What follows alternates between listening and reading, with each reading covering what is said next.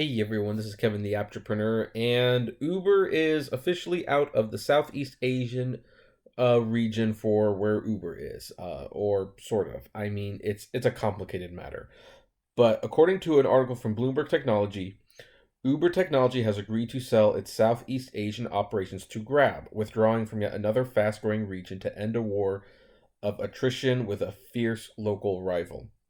Under the agreement, Grab will acquire all of Uber's operations in a region of 620 million people, including food delivery service Uber Eats. The U.S. ride-hailing behemoth, in return, gets a 27.5% stake in Grab, and its chief executive officer will join the board of the Singapore-based company. Bloomberg News reported over the weekend that the two companies had finalized the deal. So this deal is done. Uber in Southeast Asia, it's gone. But they do get a percentage of Grab, which means that they still kind of have some of a grasp on the market, and they'll at the very least be collecting royalties from Grab rides. The ceasefire marks a victory for Grab as well as SoftBank Group Corp, the biggest shareholder in both companies. Interesting. So I'm going to comment on that in a moment.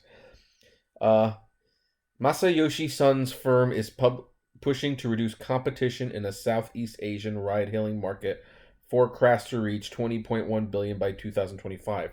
Although if you own a controlling stake in both the companies, why would that bother you? Uber and Grab together with two other SoftBank-backed ride-hailing firms, India's Ola and China's Didi Chuxing, provide about 45 million rides a day, according to a SoftBank presentation material in February. For San Francisco-based Uber, pulling out of running its own business in Southeast Asia cuts back on losses ahead of a planned initial public offering in 2019. But the deal marks the latest retreat by the world's most valuable startup from a rapidly expanding arena. Uber sold its business in China to Didi in 2016 after a battle in which both burned through cash to court drivers and riders with rich subsidies. Uber negotiated a similar move in Russia last year. Quote, today's acquisition marks the beginning of a new era. The combined business is the leader in platform and cost efficiency in the region, Grab CEO Anthony Tan said in a statement. Uber CEO Dara K has been pushing to bolster the financials of a company that's burned through 10.7 billion since its founding 9 years ago. Oh, way more than 10 billion. Dar signaled during a trip through Asia last month that he's committed to other key markets such as Japan and India. But its latest exit suggests Uber is more than ever dependent on its home market of North America, unlike Dar's previous US-centric employing Expedia Inc. For Grab's Tan, the truth brings an end to a bruising battle for leadership in Southeast Asia. So, yeah, this is a very complicated situation in the sense that I don't know if we can consider this to be a good thing or a bad thing from Uber. I think it leans more towards the bad, but again, Uber does get a stake in Grab. So they've retreated, but they've not completely retreated. They're gaining control of but a stake in another company. So with them gone and that company succeeding now with their full monopoly, well, Uber will benefit from that. What I think is interesting is how SoftBank is really getting into everything. They are investing in Uber, they are investing in Grab, they are investing in Ola, and it appears they are investing in Didi.